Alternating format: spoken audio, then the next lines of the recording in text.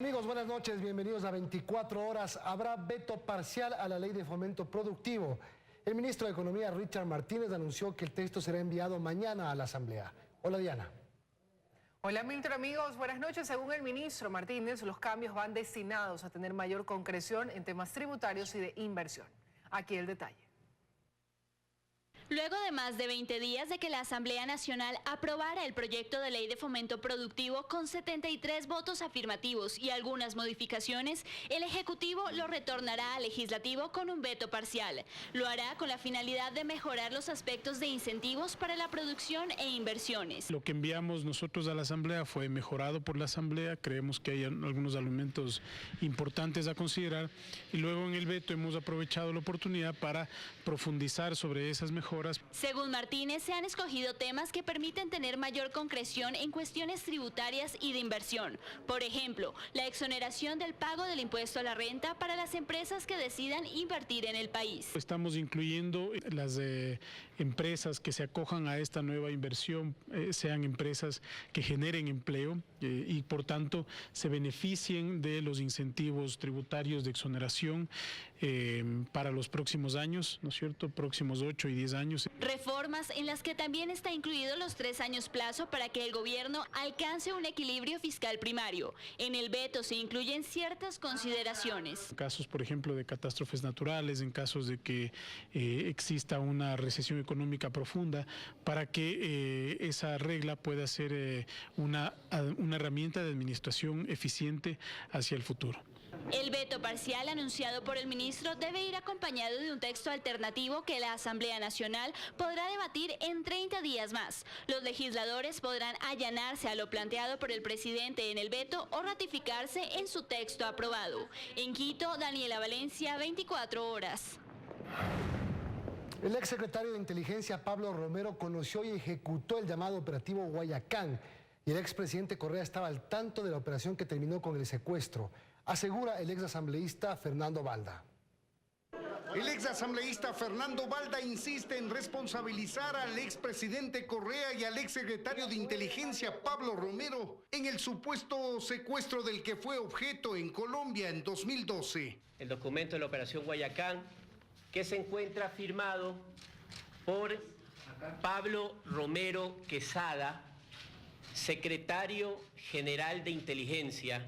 Esta fue la orden de trabajo para vulnerar las seguridades de la reunión que yo mantuve con el expresidente Álvaro Uribe. Son documentos certificados de la Secretaría de Inteligencia que fueron desclasificados y que formarán parte del proceso, dice, para probar la participación del expresidente Correa y el aparato del Estado. Como Rafael Correa sabía la semana pasada, el día que le tocaba rendir su versión, que nosotros ya teníamos en nuestro poder las copias certificadas de la Operación Guayacán, es que no quiso rendir la versión solicitada por él mismo. Mientras el abogado del ex agente Chicaiza, que se acogió a la cooperación eficaz, sostiene que el contenido de esos documentos desclasificados coincide con las delaciones de su cliente. Todo lo que ha dicho Raúl Chicaiza tiene coherencia con todo lo que se ha desclasificado. Esto lo dijo luego de abandonar la Fiscalía General, a donde acudió para participar en las versiones y ampliación de versiones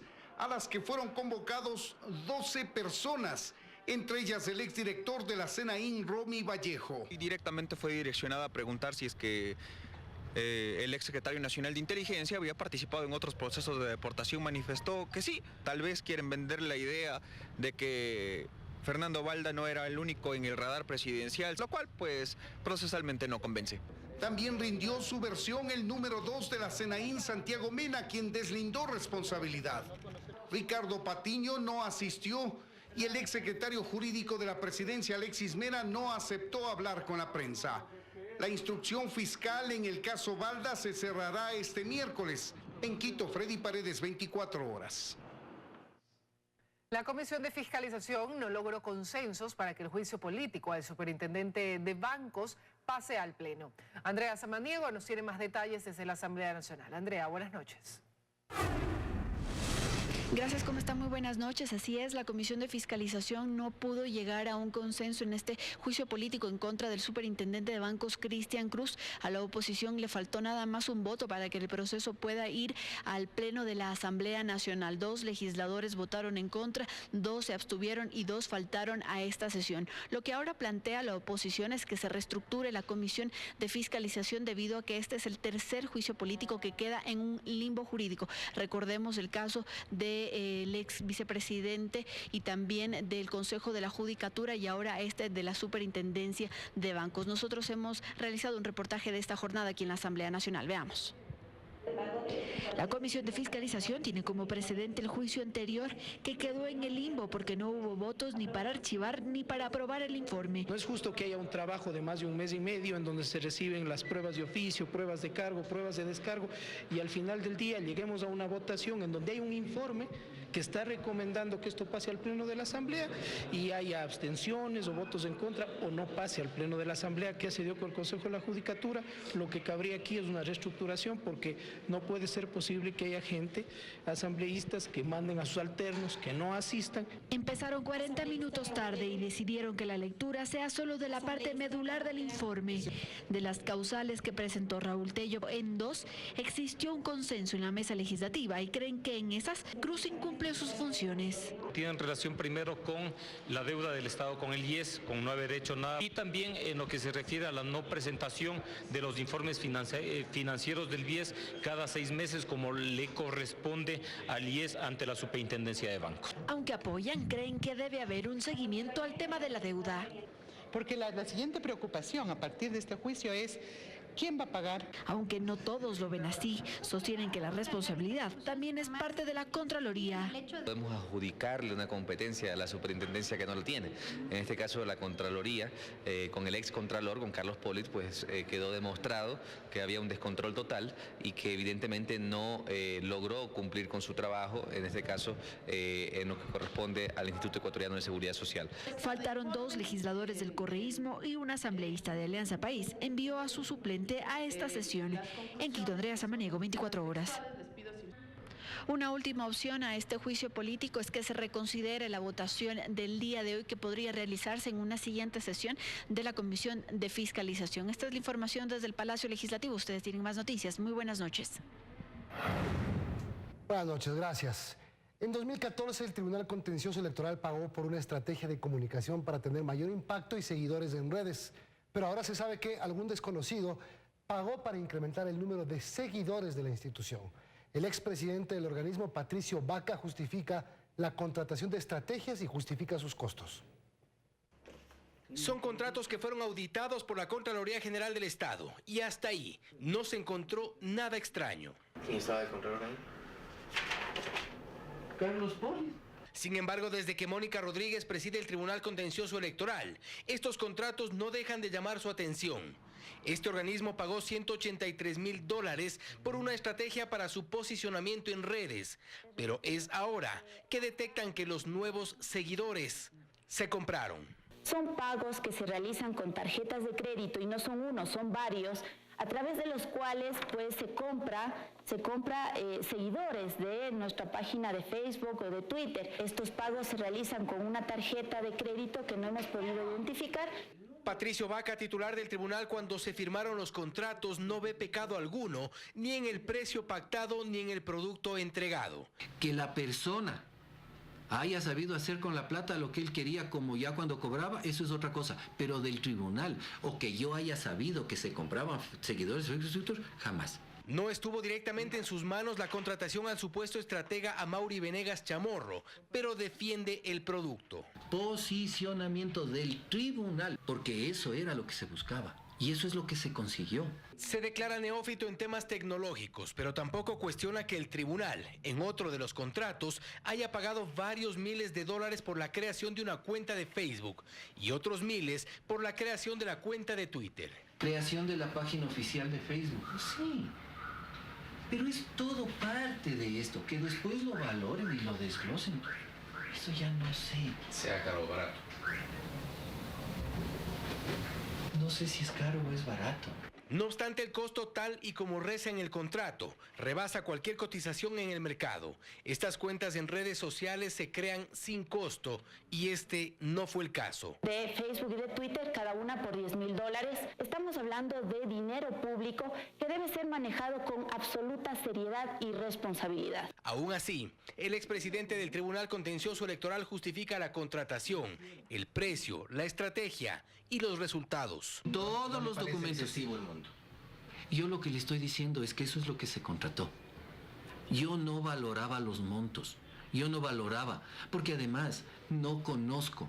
La Contraloría ha iniciado un nuevo examen especial a estos dos contratos, mientras Vaca asegura que no habrá nada que cuestionar. Fausto Yepes, 24 horas.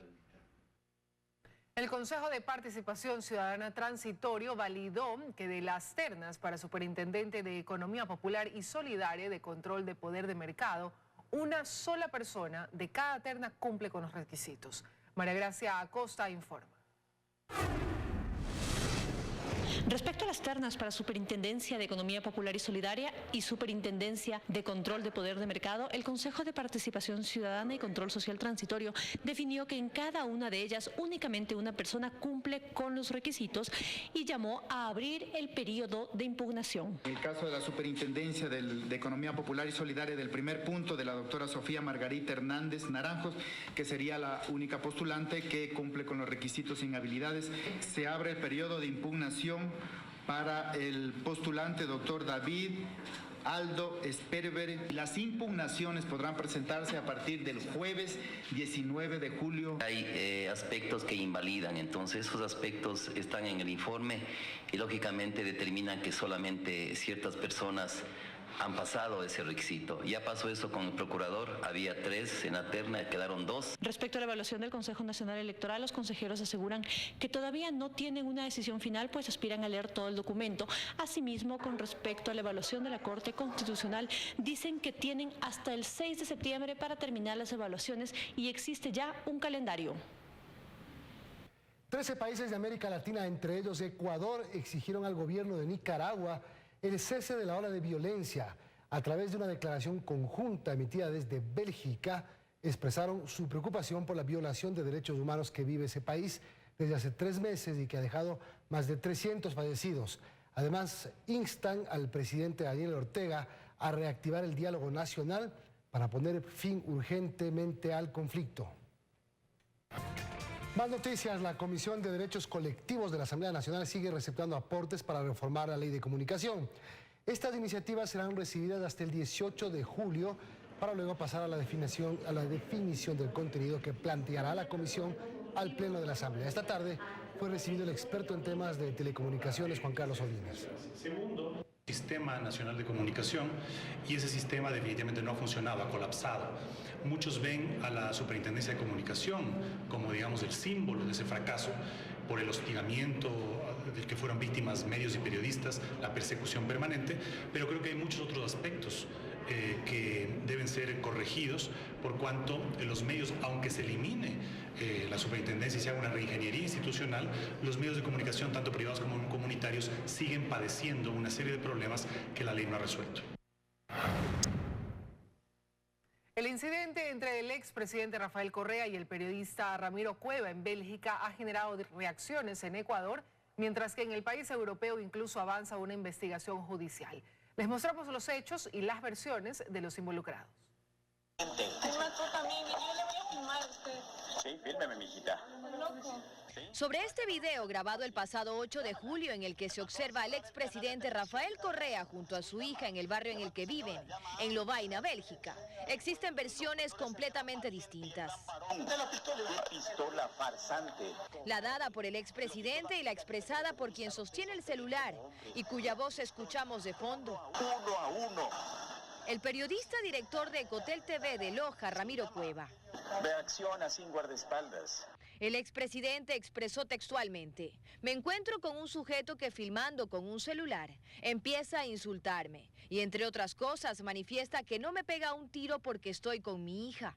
Lo que dice Cueva es diferente. Él reconoce que hacía un reportaje sobre el expresidente en el barrio en el que vive, pero asegura que fue Correa quien comenzó los insultos. Estaba parado arreglando un trípode para ubicar el teléfono. En ese momento asomó por la espalda y él dijo, si ha sido la prensa corrupta de Ecuador. Yo regresé, comencé a grabar y lo primero que le hice, lo vi con su señorita hija, es que respete, que no sea insolente, que está con su hija. Tampoco coincide lo que aseguran ambos ocurrió después. Que lo primero que hizo él fue llamar no a la policía, era a sus miembros de seguridad. Entre los 3 me cogieron y 2 me aseguraron para que el presidente o expresidente de la República me golpee. Y lo sostiene mostrando la citación judicial de la denuncia que presentó el expresidente Rafael Correa, donde además de citar a Cueva y al exmandatario, convocan a Vitaya López César, quien según Ramiro Cueva es guardaespaldas de Correa. En la denuncia del expresidente dice que este último fue herido y golpeado por el periodista, al igual que el exmandatario. Cueva desmiente esto asegurando que fue él quien recibió los golpes y lo justifica con este certificado policial de lesiones, donde dice que presentó hematomas en el pecho y piernas tras ser lesionado con una discapacidad temporal de 4 días. Estas versiones contrarias constan incluso en las declaraciones que ambos dieron ante la comisaría de ese país. Ahora deberán presentarse a declarar ante un juzgado de Bruselas el próximo 8 de agosto. Dayana Monroy, 24 horas.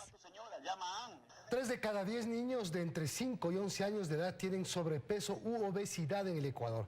Según la encuesta nacional de salud y nutrición, la mala alimentación se da incluso en los colegios donde los bares todavía venden alimentos con alto contenido en grasas.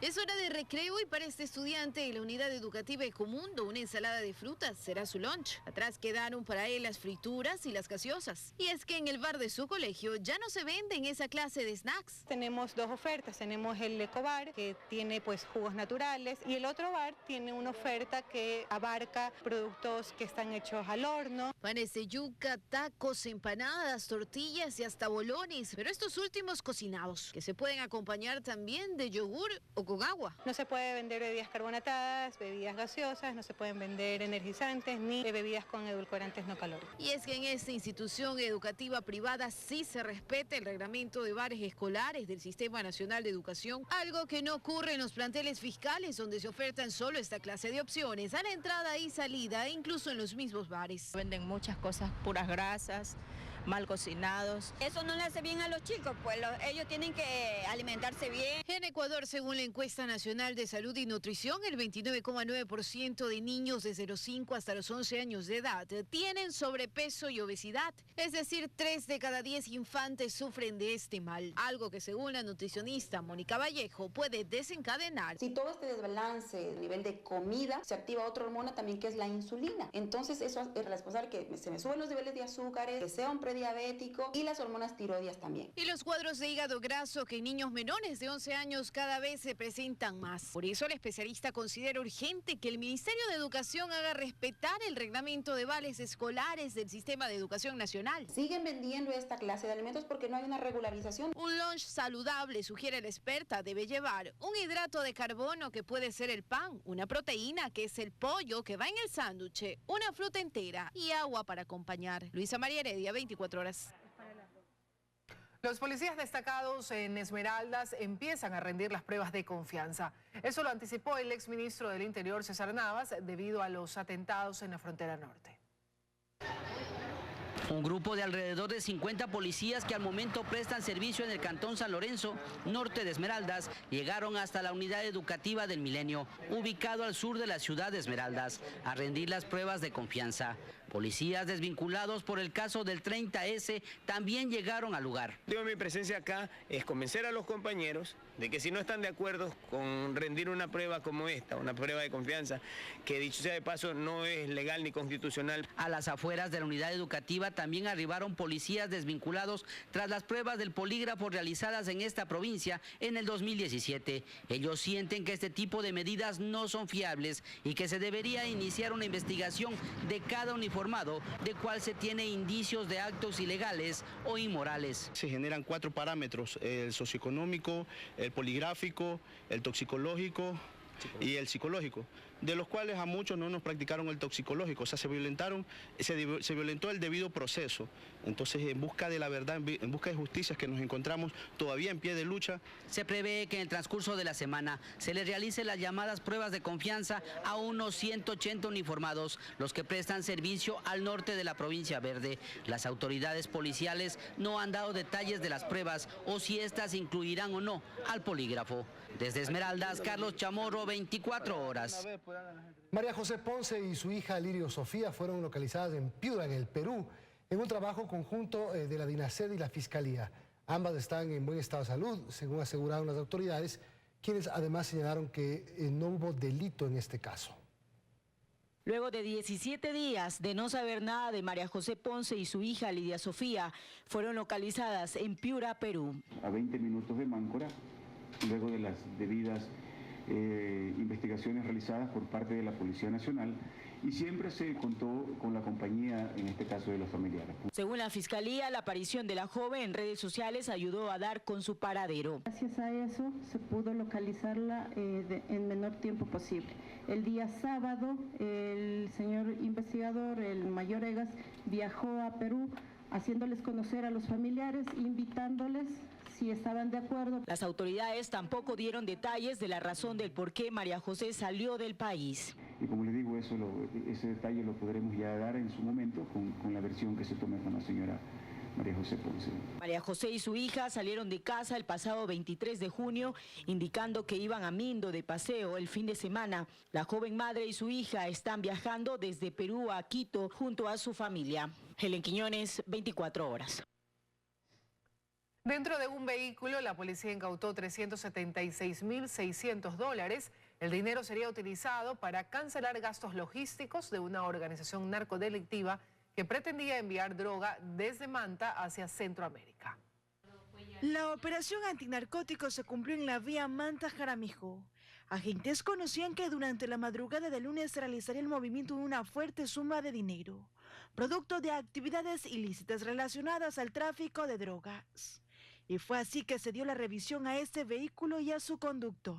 Como ya existía de pronto antecedentes de justamente lo de antinarcóticos, se estaba realizando trabajos de inteligencia e investigación justamente en el sector de Jaramillo, existe la presunción de que exista ese dinero o utilice ese dinero para ese tipo de trabajos. Según la policía, este dinero sería utilizado para cancelar gastos logísticos de la organización narcodelictiva. Dentro de esas logísticas debe existir el pago, tanto a las personas que transportan la droga, y el momento que igual ingresa o llega al lugar de destino también existe un pago por esa situación. El conductor fue identificado como Jonathan Alejandro A.A.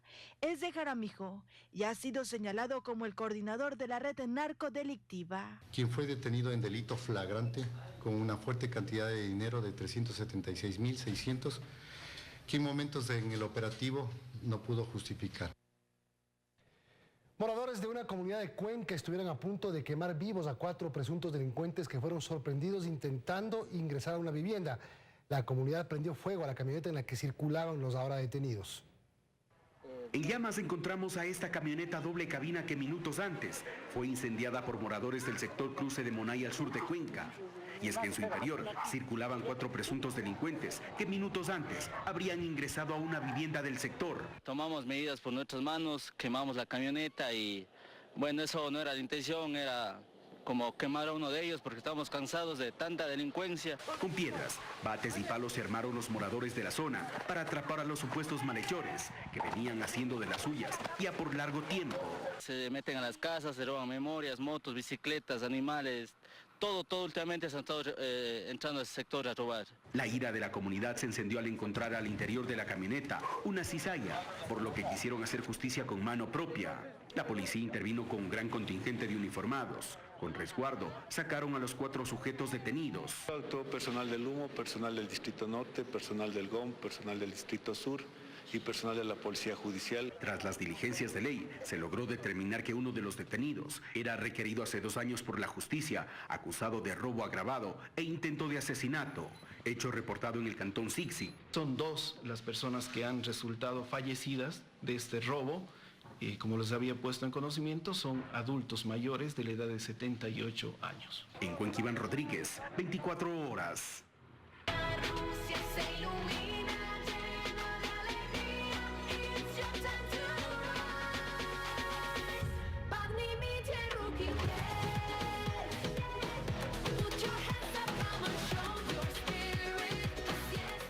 Francia, el equipo campeón del mundo, ya festejó en su país.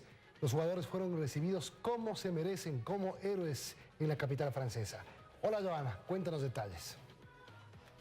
¿Qué tal, Milton? Muy buenas noches. El campeón del mundo ya está en casa. La selección de Francia llegó con la Copa a París. Sin embargo, los festejos dejan hasta ahora más de 300 detenidos y 2 muertos. La Copa del Mundo regresó a Francia por segunda ocasión. Los Blues tuvieron un recibimiento inolvidable en el aeropuerto de París la tarde de este lunes. Los campeones mostraron desde la escalinata del avión el máximo trofeo que consiguieron en Rusia tras vencer a Croacia en la final. Los Blues recibieron el cariño de los hinchas por los Campos Elíseos, donde miles de personas se congregaron para festejar el título de Rusia, su segunda Copa del Mundo. La primera fue en 1998, donde más de 1,5 millones de aficionados acompañaron el paseo triunfal del equipo encabezado por Zinedine Zidane. Pero no todo fue felicidad. La fiesta del Mundial deja hasta ahora 2 muertos, saqueos, enfrentamientos y casi 300 detenidos en Francia. Los incidentes ocurrieron la noche del domingo en París, justo minutos después de conocer la victoria. Los disturbios y saqueos quedaron grabados en video. Aquí, por ejemplo, se observa claramente cómo delincuentes rompen el mostrador de un centro comercial y se llevan miles de dólares en mercadería. Y quienes también fueron recibidos como campeones fueron los jugadores de la selección de Croacia. Una ciudad vestida de rojo y blanco, sin abandonar la euforia pese a la derrota en la final del Mundial. Zagreb recibió así a sus jugadores. Miles de personas se concentraron en la plaza central para ver de cerca a Luka Modric, Ivan Rakitic y compañía. Y como en toda gran fiesta no pueden quedar atrás los récords, números y curiosidades. Veamos lo que dejó la Copa del Mundo jugada en Rusia. La posibilidad de chequear las jugadas con el apoyo de la tecnología derivó en un récord de penales en la competencia. En total se cobraron 30 tiros desde los 12 pasos en el área, incluido uno en la final a favor de Francia. Didier Deschamps levantó la copa como jugador en 1998 y ahora como director técnico. Rafa Márquez, el defensor mexicano, participó en 5 mundiales con su selección, 2002, 2006, 2010, 2014 y 2018.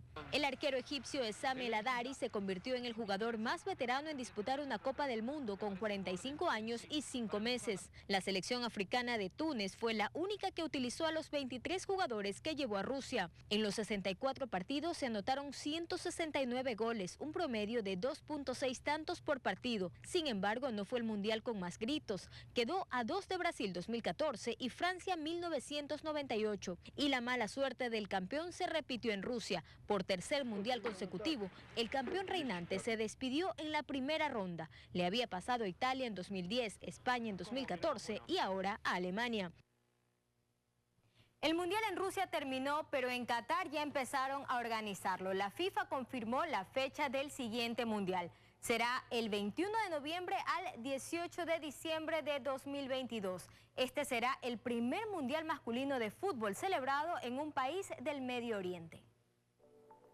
Las fechas del próximo Mundial están cerradas. Se jugará en Qatar del 21 de noviembre al 18 de diciembre de 2022. Las ligas están informadas y tendrán que adaptar sus calendarios en consecuencia. Gianni Infantino, presidente de la FIFA, informó que lo que todavía no está confirmado es cuántas selecciones participarán. La fiesta más grande del fútbol se realizará durante 27 días, lo que lo convierte en el torneo más corto en disputarse desde 1978. En Qatar no demoraron en hacer gala de toda su majestuosidad. La buena noticia es que los ecuatorianos no necesitamos visa para ir a Qatar. Lo malo es que puede resultar un poco caro. A empezar a ahorrar entonces. Fue un gusto acompañarlos durante esta edición de la Copa del Mundo. Buenas noches.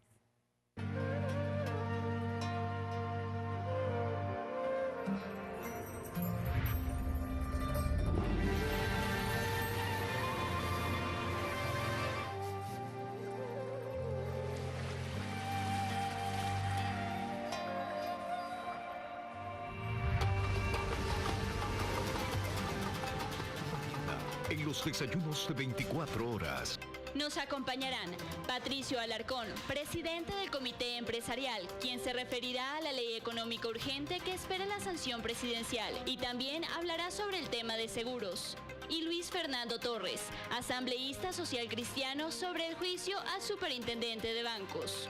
De lunes a viernes a las 6:55 de la mañana.